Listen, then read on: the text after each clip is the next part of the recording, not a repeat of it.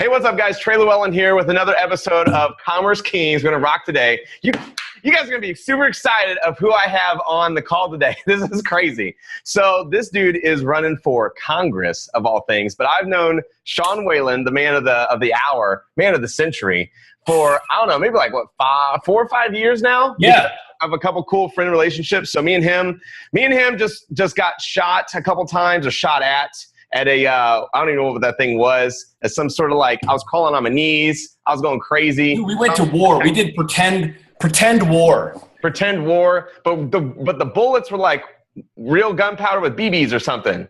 UTMs. I was freaking out a little bit. And so I'm glad I rescued the kid. That's all I got to say.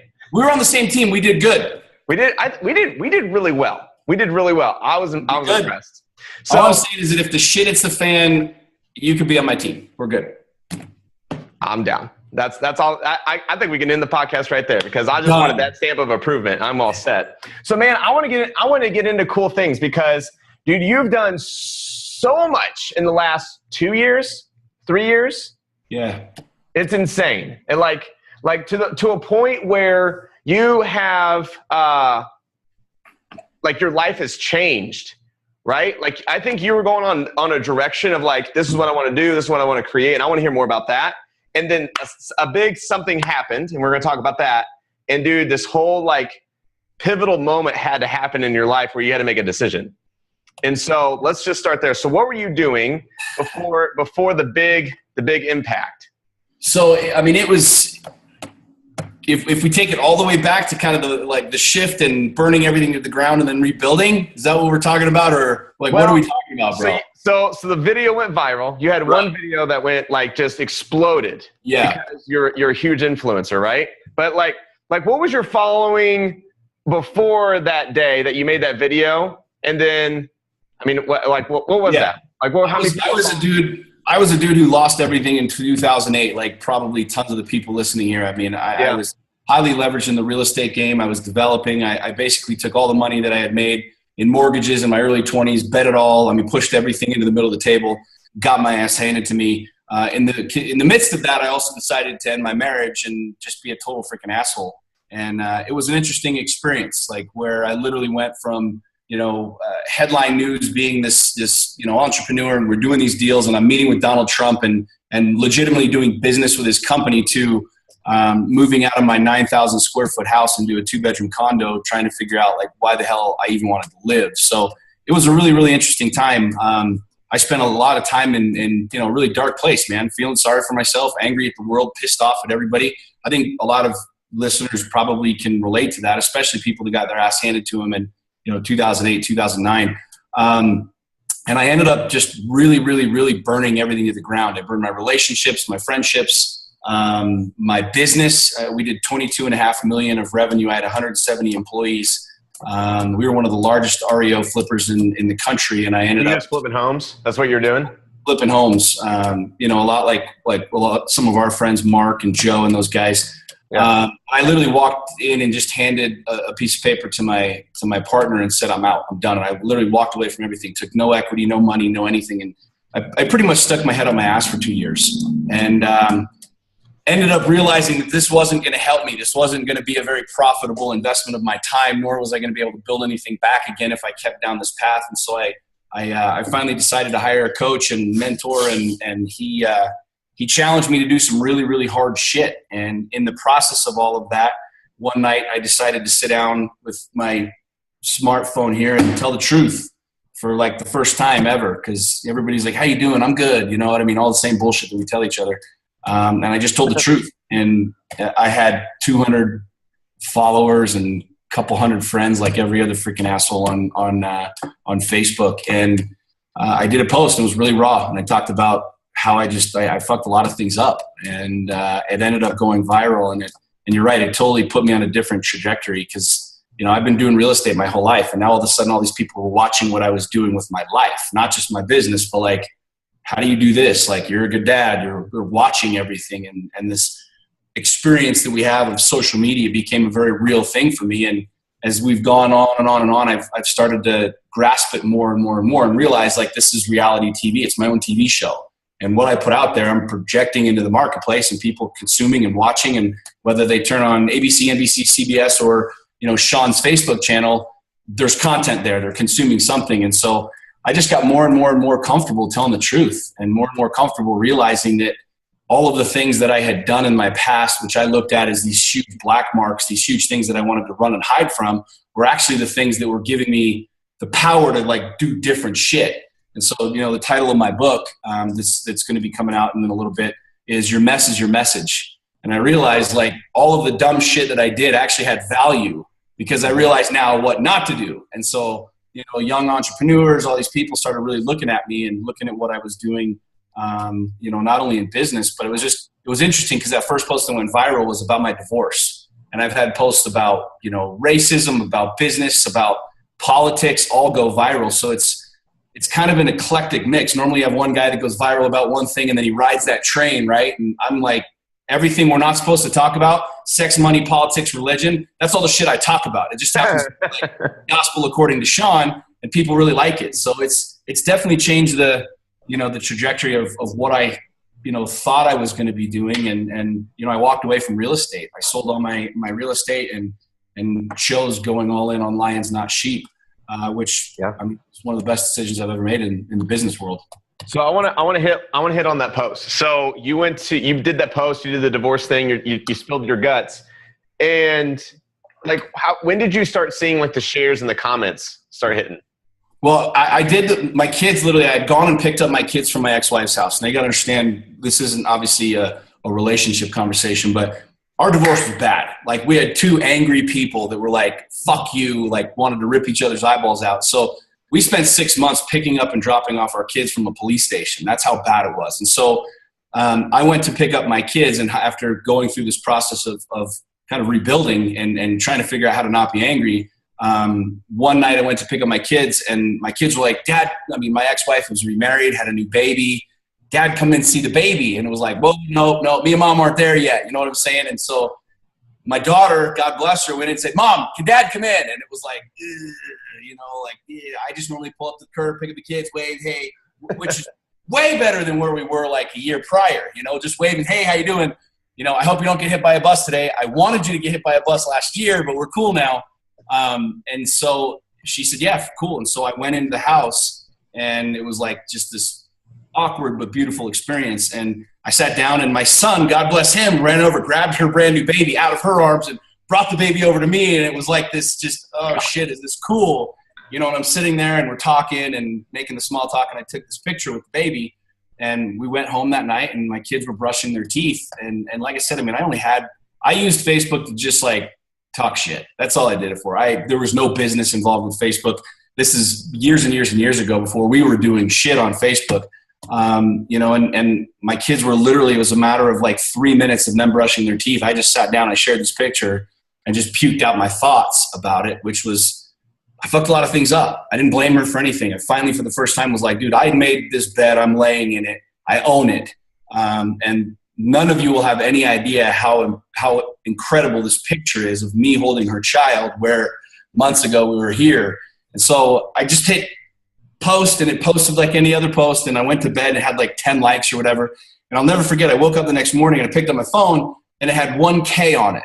And I was like, what the fuck is 1K? I'm shaking my phone, is there something broken? And that day it had over 10,000 likes per hour. And it just snowballed and snowballed and snowballed. And it literally ended up having millions of likes, hundreds of thousands of comments, hundreds of thousands of shares. You know how people, you can't really track a lot of that, because people will take their post, they'll embed it in their website, and then they'll get hundreds of thousands of views. But it literally had, within a matter of a couple of days, there was just an onslaught of messages that started coming in, oh my God, who are you? How have we never seen you before? Will you be on our podcast? Will you talk to this divorce group and this advocacy group and this women's group and this men's group and this parenting group? And I'm like, whoa, simmer the fuck down, people. I'm just a freaking asshole who's trying to figure out life, right? I'm not your relationship coach. I'm not anything. But that really kind of moved me into the path that I'm in right now. But I don't know where it ended up, but it had millions of likes, literally hundreds of thousands of comments, and it was shared all over the world.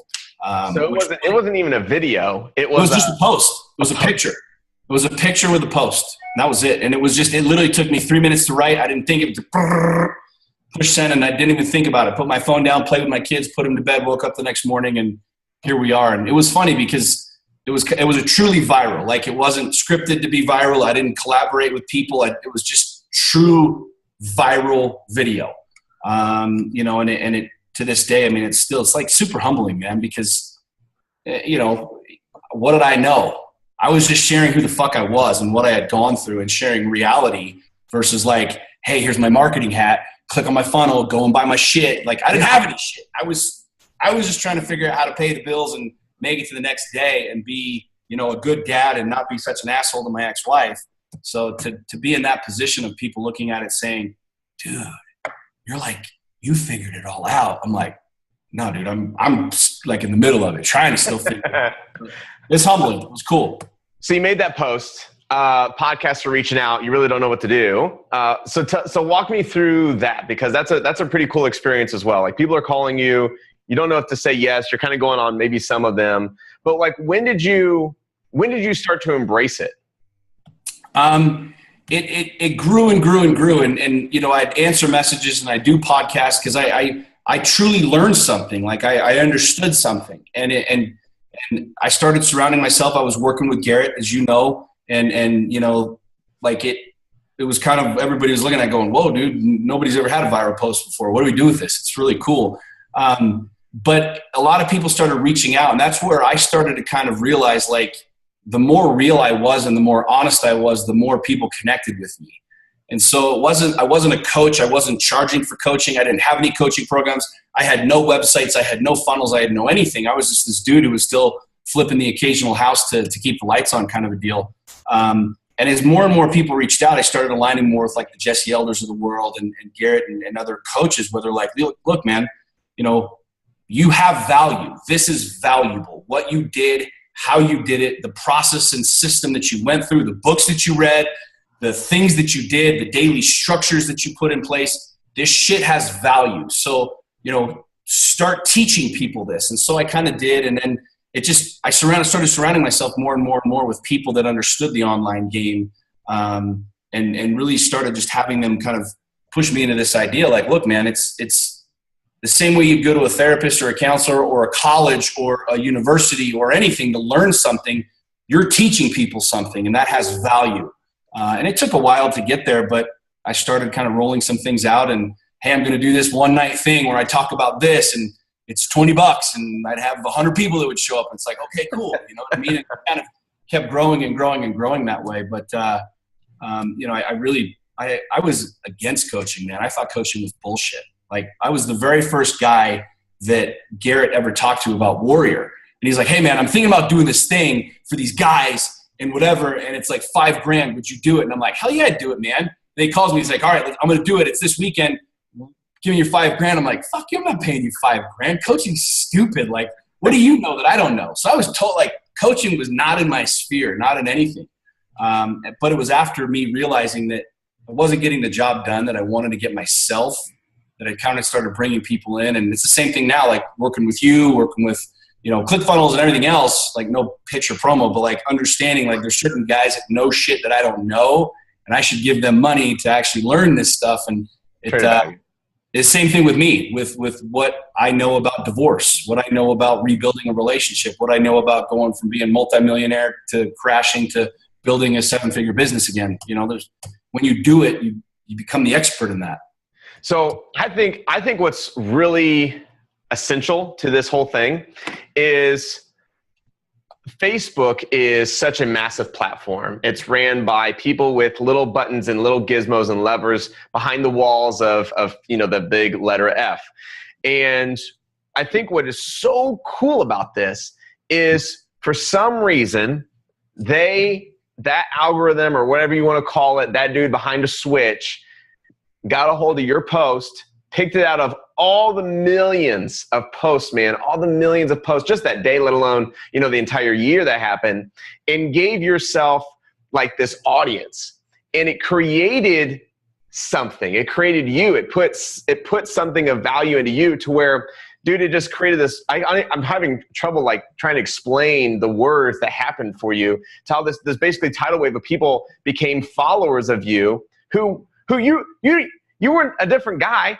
Like you didn't change. You didn't like become like all of a sudden like I'm Sean Whalen. Like you've been Sean Whalen. So why didn't people follow you before? You know, it's just it took that post for people to be recognized and like to hear about you, right? To hear get that. So how many people did you see your followers? So you told me like 200 followers and like 100 friends. So obviously you'll max out your friends at 5K. So what happened? Like how many followers do you have now on your page? I've got between a couple different pages and Instagram. I've only got about 400,000, which, you know, the Kardashians are there, and then millions and millions and millions, which we both know a lot of those are fucking fake and whatever, but it's fine. But I've got about 400,000 followers through the different pages that I have. And what we can track is a little bit over 300 million views of my videos. That's like stuff that we can identify and see that, you know, see the actual views and stuff like that. So 400,000 followers. How much did you pay to get those 400,000 followers? Zero. Big zero. Other than my time. I mean, other than just my time. And really, it's like, it's funny because now Facebook's way different than it was before. I mean, we have way different algorithms and way different shit. And I could talk a lot of political stuff 2 years ago and it flew. Like now I can't say anything or I get blocked, right? But it's a totally different world. But I mean, I literally, the rhyme, the reason why, the algorithms that day, the stars, the moons, whatever it was, like something happened with that one deal that just exploded, and it's just truly like caught on like wildfire, which I know there's people that try to do that try to manipulate it, that try and figure it out, that try and like whatever, and it doesn't happen. And sometimes it does, right? I mean, just come out of left field, but I kind of started to see, and I learned, and I see now today, like there's a way to humanize, like what I call it, humanize social media, because social media is so much of the algorithms and the things and the clicks and the numbers and the structure, especially from a marketing standpoint. But what I help my clients, what I'm getting even further, you know, into is just the humanization factor. Like when reality TV started for us, like The Real World and those other TV shows, it was like, holy shit, it was mind bending. Like, this is real TV. Oh my God, what's going on? Right? Because we're so used to scripted, like this show comes on at 8 o'clock and we'd all sit down as a family and watch it because there was no TiVo and you had your characters and your thing. And now all of a sudden there's real people doing real shit. And it caught on and everybody loved it. And so I kind of started to see, like, I don't need to like these people to like me. I'm not trying to get them to like me, but I have this megaphone and like I can just use it and people will unfollow me. I would love to see how many tens of thousands, if not hundreds of thousands of people have unfollowed me or whatever. But, you know, it's this true megaphone that I can just speak into, and somehow, some way, the universe collaborates and the algorithms align that people can hear what I say.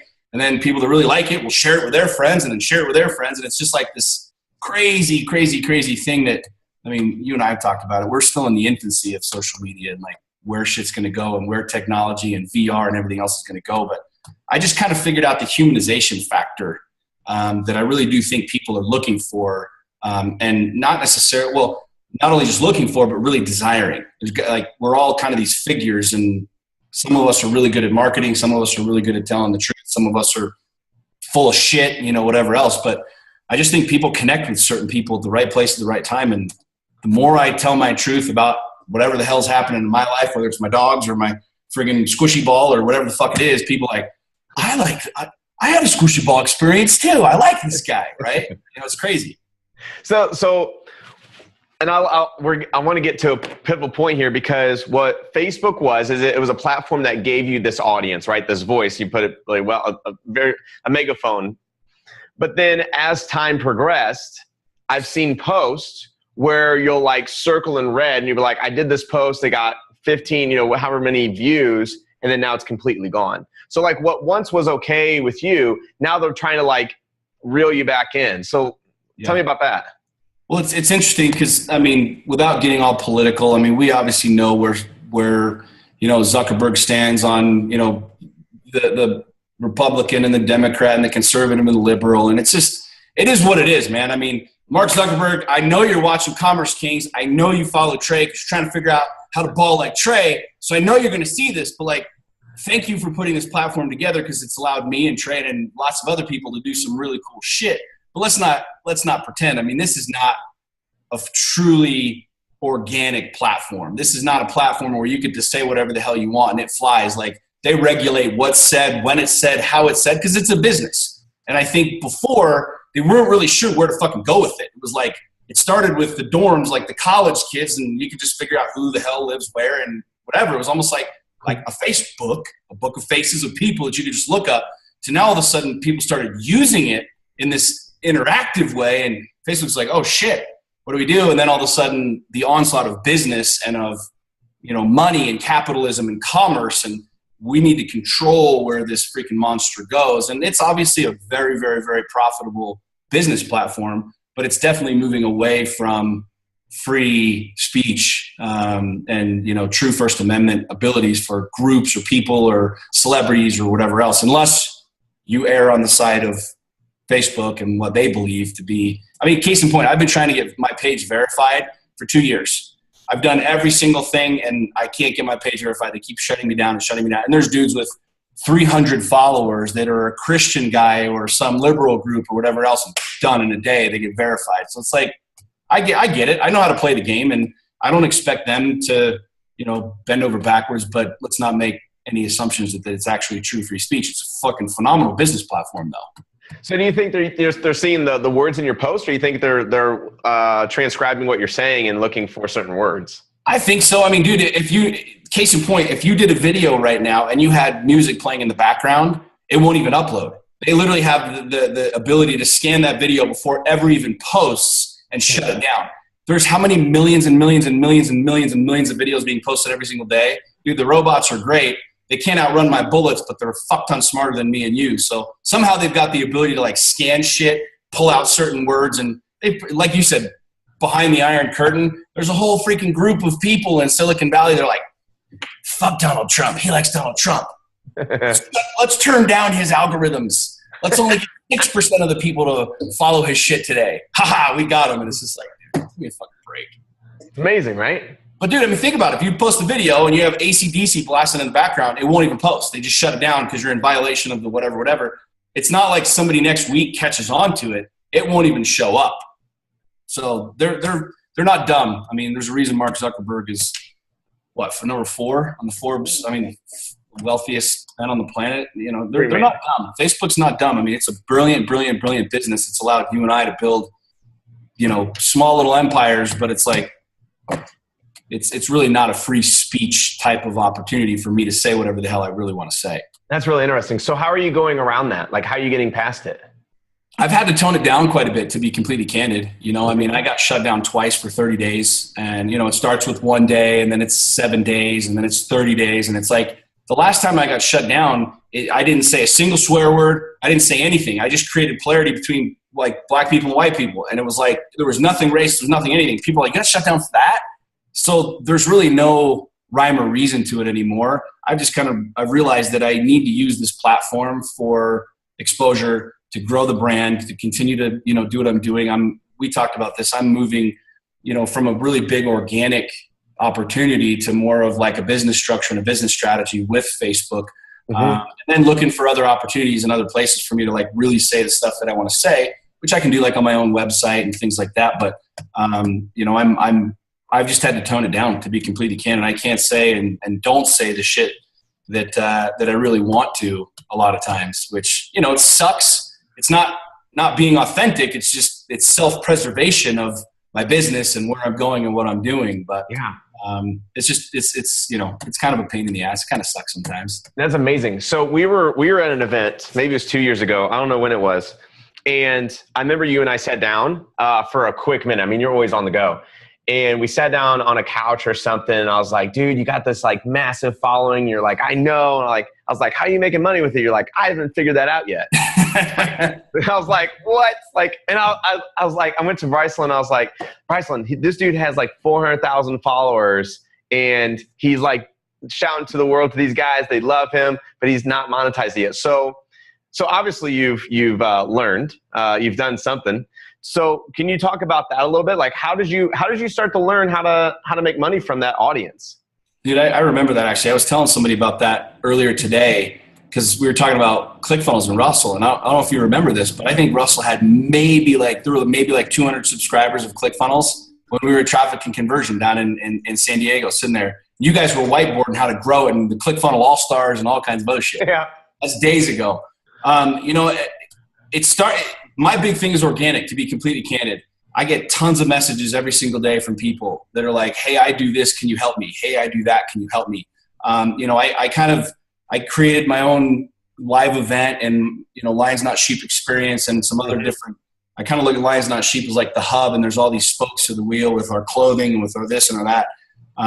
But a majority of my business just comes in organically from people that message and say, look, man, I've been following you for a long time. I like what you say about this. Here's my struggle. Here's my problem. Can you help me? And it's either yes or no, or we'll have a conversation or interview or whatever. So a lot of my coaching, my one-on-one coaching comes from there. But I've started figuring out, funnels and different things like that. And that's kind of where we're transitioning to, is going from the organic 7-figure-a-year business to, a 7+ figure-a-year business, really understanding that the tribe of people that I know that follow me is really where a lot of the businesses come from. And we're in that like phase 2 now, where we want the rest of the world that doesn't follow me, that doesn't know who I am, that hasn't seen some freaking crazy rant video or bought a shirt or whatever. We want to start going and pushing that out to them now, which I can't do that. So I can do as many videos as I want, and they'll only go as far as Facebook will let them go. But now I have the opportunity to pay and to invest and to build through marketing, a legitimate global company, if you will. So, how'd you come up with Lions Not Sheep? Where'd that even come from?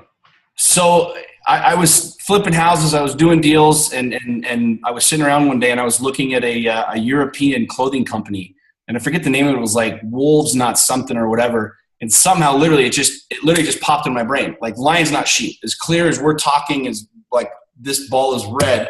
It just boom, Lions Not Sheep. I was like, oh, that's kind of cool. And it marinated for a couple of days, but it kept like coming into my brain. And I called my buddy, and I was like, he has a t-shirt company. He said, dude, can you make me a t-shirt? I want to say Lions Not Sheep. And I picked out this cool font, and he made me a t-shirt, and it was like, awesome, dude. Like one off. I paid him like $30 or whatever to set up the screen. And I was wearing the shirt, and somebody commented on Facebook. They're like, dude, that shirt's badass. How do I get one? I'm like, well, you can't, because this is the only one. I called my buddy back. I'm like, hey, can you make more shirts? He's like, yeah, I can make more shirts. I was like, cool. How do I sell them? Like, what do I do? I don't own a clothing company. I'm a fucking real estate guy. I know how to buy a house and flip it. Like, well, dude, we'll set up a Shopify site for you, and I'll do all that. And, you just pay me a little bit of a percentage of all the shirts, and that way you don't have to carry inventory. I was like, done. And so we literally had one shirt with one deal, and we threw a Shopify site up, and it was like every single time people saw it in the pictures, like, ding, ding, ding, ding, ding, there'd be orders, and people would be buying the shirt. How do I get one? And it just started literally as this t-shirt, but it was more of like an ideology to me. It was more of like kind of the second phase of my life where you followed, you were young, you were very successful. I was rocking Rolexes at 25 and building the empire because that's what was cool. That's what I was supposed to do, but I wasn't happy with it. So now the second phase is like, fuck what everybody thinks. I don't give a shit what your funnel looks like, what your business looks like, how much money you have versus me. I mean, the dudes that I rolled up to Boise with the other day, I was the brokest motherfucker on that airplane, and I know it, and they all know it, and I was totally cool with it. There were some really good sons of bitches on that airplane. But like the whole ideology for me was just, dude, stop fucking following. Like, say the shit you really want to say, do the things you really want to do, and if somebody doesn't like it, fuck them. And if somebody does like it, great. I mean, I don't really care either way, but it's purity to myself, it's honesty to myself, it's authenticity, which is this played out word, but being real to myself. And it caught on, and a lot of people liked it. And it's weird, man. I get messages and pictures every single day from people all over the world. They're like, it's almost like battle armor. It sounds kind of cheesy, but people like, I put on this Lions Not Sheep shirt, and I feel like I'm unbeatable. I feel like my energy goes up, and it's just this representation of like, I'm gonna be a fucking lion, not a sheep. And I knew when I was 2 years ago, a year and a half ago, I was in London. I was speaking with Gary Vee at an event, and I was walking through Heathrow, and this guy yells across. He didn't know my name. He's like, "Lions Not Sheep. You're the Lions Not Sheep guy." And I was like, "Okay, cool." Like I knew that it was carrying legs and it was growing and just that mentality of it. So, you know, it encompasses really everything that I do now. Like every single aspect of my business, every aspect of my life is wrapped into Lions Not Sheep in one way or another. And it's me. It's what it is. It's like, I don't really give a shit. I'm not here to follow the herd and great, your clicks and likes and things and posts and colors. I don't fucking care. Like I'm going to do me. And it seems to be working. So it works. It so works. You did the t-shirts. So then I'm just glad I keep following you because I know what some questions to ask because I'm kind of curious. So you had the shirts, but then I saw like you're giving a really cool car away. Like what kind of car was that? It was a Jeep. Oh, it was a Jeep. Okay, yeah. And then you painted Lions Not Sheep. So what made you think they'd give away a Jeep? Well, it just like I was sitting in Jesse Elder's living room in Austin. You know Jesse, you know, and he's like, just posed this question to me that blew my mind. He's like, dude, why don't you do your own Lions Not Sheep live event? And I was like, well, shit. Okay, let's do that. And so that was born. And like the Lions Not Sheep experience was born. And this private coaching group that I have called the Lions Den was born. But it was just another way to expose the brand, grow the brand. You know, everybody that entered got a chance to win. And we actually just did a few months ago, we did another giveaway for the Baja 500. So earlier this year, I bought a race truck. And I was like, dude, let's do a fucking giveaway. Because I'm realizing more and more and more people don't care about your gizmos and your gadgets. People want experiences. Like, so cool, you can win this gun. Well, shit, I can go buy that gun, but I can't buy an experience to drive in a trophy truck with Sean in the Baja 500. And it went crazy. So we're like, every shirt that you buy, every $10 that you spend on the website from now to now is an entry. And literally we put all the names into a fucking hat and I pulled one out and it happened to be this firefighter from San Francisco. We flew his ass down to San Diego. He got in the car, drove down to Mexico with us. And in the middle of the night, was at one of the pits and jumped in. Dude had never raced for it. But that whole experience of like 5 days with me and the team and everybody in Mexico was just like his family was messaging me, oh my God, he loved it. It was great. His wife was like, he can't stop talking about it, you know? And so it was just another way for me to not only grow the brand and market and sell, you know, more gear, but to create a cool experience that we can leverage and use in the future. So now we're getting ready to launch another one for the Baja 1000, which is the end of this year. You know, but it's just a marketing idea, man. I'm all about like trying to grow the brand and getting it in front of as many people as possible. And candidly, I like doing fun shit. Like I want to do a giveaway where somebody can win a chance to come hunt a bear with me in Alaska, or just do whatever the hell we want to do. Come hang out with you for a day and drive all your sports cars or some shit like that. Right? They would love that. That'd be so much. I think the Baja's got that beat. So what did you learn? What is the biggest thing you learned from the first giveaway? That I didn't like it. The Jeep and the car thing was not what we wanted to do. I didn't like it. We hired a company and it was like a legitimate giveaway, like a sweepstakes, and we had to do legal shit. And we paid $5,000 to these lawyers and there was like all these hoops that went through and it turned out to be a total freaking nightmare. And I just didn't like it. I had this vision, this grandiose vision of like a vet or a single mom winning this Jeep. And it ended up being a sweepstakes squatter who won the Jeep. What's that? What's a sweepstakes squatter? Basically somebody who searches, who has bots that go through the internet to find sweepstakes. And in the very small terms and conditions at the bottom of sweepstakes, it's like no purchase necessary. Well, they go spend the time to literally fill out an index card, which it's like, you got to stand on your head, you got to drink water, you got to juggle freaking 6 red balls and in order to be able to enter this if you don't buy anything. Well, they go do all that shit. And some of these companies and people will actually send in like thousands of entries into these sweepstakes, whether it's for a TV, whether it's for a fucking selfie stick or a Jeep.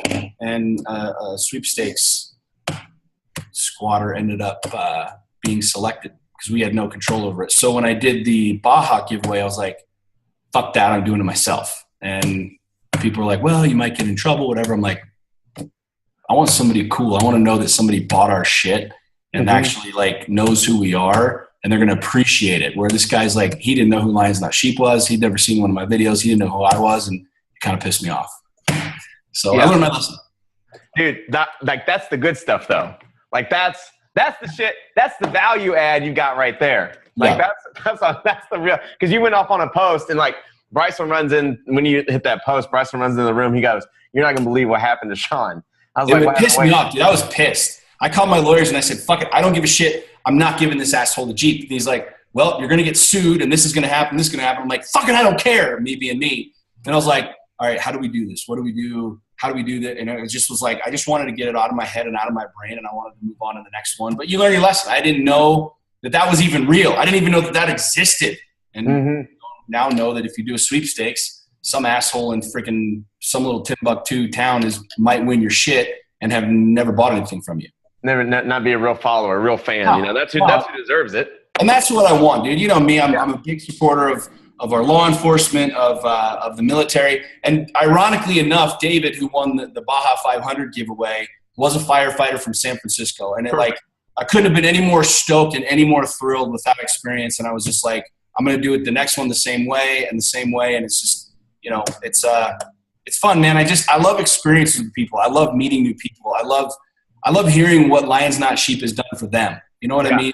Really, it's not I don't know what the brand is really yet. Like, I'm still trying to kind of identify what it really is. Like, what does it really mean to people? I do know that I get dozens and dozens of messages every single week from people that are like, dude, this helped me, and this changed my life, and this saved my marriage, and this helped my business, and, you know, look at my kid wearing the lion hat. And it's just like, people find pride in it. They feel powerful with it, you know? And to me, that's huge, man. Like, I can't give that same experience with technology. It's got to be a real experience. Like, people can kind of see it and touch it and feel it. And that's something that I feel really strongly about that's a movement. That's a revolution, is somebody that gets behind an idea that I just had, like literally sitting on the shitter of Lions Not Sheep, and it means something to somebody. And, you know, that means more to me than anything else. You know what I mean? I'm obviously building it into a big business, but knowing that it empowers people is, I mean, that's what you're living for. That's priceless to me. Yeah, absolutely. Like, I see what it is. Before we go behind the scenes, I want to ask you dude, it's been amazing just to hear this monumental shift before that post. Like, you were on, who knows? Like, really, like going through all that stuff that you're going through, like divorce and kids and business and friends, and like, you're just dumping it all. And then this one post kind of halted you, like said, hey, hold up. Because, you know, who knew what was going to happen the next day, you know, realistically.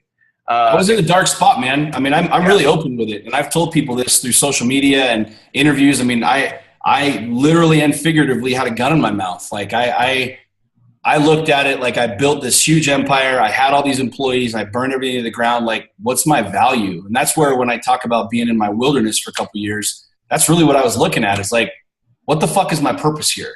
We hear that all the time, and, you know, go get them, sport, and you go to the pastor and then praise Jesus and do the thing. And that's real. There's a lot of fucking people that don't have any clue why the fuck they're here. And that's a dark spot, man. It's a depressing spot. And it is. I was there, and I contemplated checking out. I contemplated, look, I'd done enough dumb shit that if I just left, my kids would be better off. Like, they'll grow up with a new mom or a new dad and mom and the whole thing. But it's a dark spot. And I think that's the reason, truthfully, Lions Not Sheep is growing the way that it is because it's relatable to people. There's a lot of people, like, I don't fear telling the truth. I don't fear talking about suicide, being a congressional candidate. I don't fear it because I stood in Phoenix a month and a half ago in front of 400 people speaking, and I asked them that question: how many of you have contemplated killing yourself? And almost every single hand in the room went up.